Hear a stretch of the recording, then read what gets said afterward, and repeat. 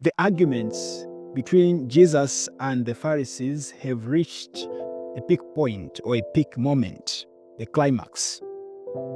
At this point, Jesus is even frustrated that these people cannot comprehend what he has been telling them about himself. They can't understand, or maybe they have chosen not to understand. So he's very frustrated and he says, "You are going to die in your sin."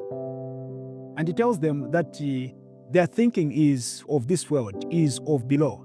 He is of the other world, of above. And if they want to also be of the above world, they need to accept him as he has been explaining himself to them, that he and the Father are one. But as long as they refuse to accept that truth, then they will remain here below and they will die in their sin. Accepting the identity of Jesus, accepting the works of Jesus in our lives, is an aspect of faith and profound faith. We do refuse to accept Jesus and his works in many different ways.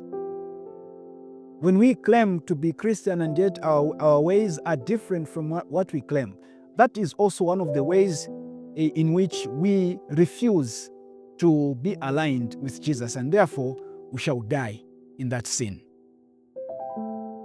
He says, when the Son of Man is finally lifted up, in other words, when he's put on that cross, hanging on that cross, then you'll understand who he really is. Do we have to wait until Jesus is crucified for us to accept him as the face of the Father? Do we have to wait until that happens for us to accept and incorporate him in the activities of our lives so that he and ourselves become just the same thing? We really don't have to. For us who call ourselves Christians, it is taken for granted that we have accepted the demands of Christianity. We have accepted to walk with Jesus. Otherwise, we would not call ourselves Christians. It is assumed that we are making efforts to align our lives with the life of Jesus so that we don't die in this world of sin. Now, that is just an assumption. The question is, are we really aligning our lives to the life of Jesus so that we don't just assume, but we talk about the real thing? Are we really putting ourselves on the path of discipleship and true discipleship so that what we claim and what we are become just the same thing? Or should we continue assuming that when we see somebody wearing a church uniform, therefore that person is a Christian? Assumption cannot bring us salvation.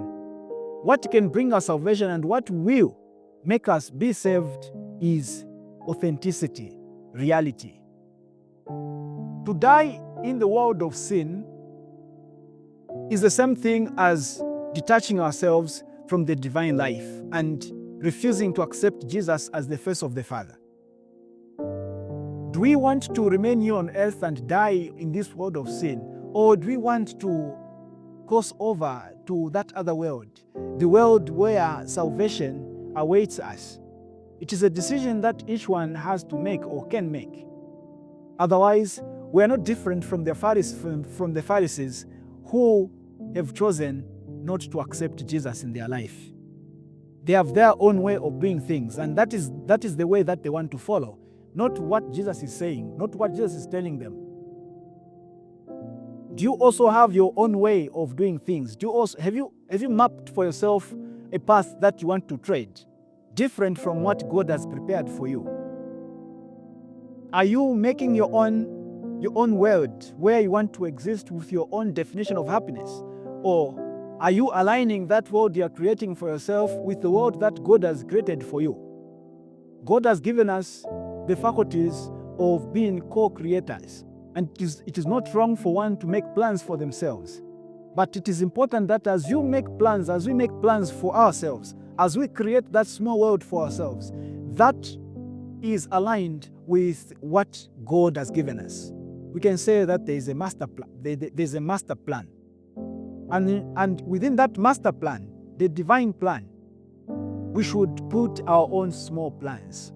But if our own small plans are not anywhere near the master plan, then we too, not just these Pharisees, will and can die in the life of sin. We pray for ourselves today that we may configure ourselves to Christ, that we may configure our plans with the master plan, so that as Jesus is lifted up on the cross, he is lifted up together with ourselves. As Jesus enters the other world, the world above, he carries us with us, and we don't remain down here in that world where we perish in sin. Amen.